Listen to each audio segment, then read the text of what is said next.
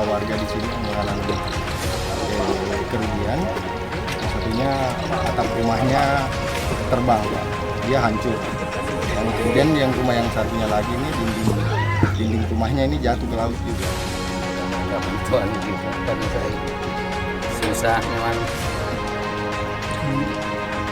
karena kalau tidak ada bantuan gimana kan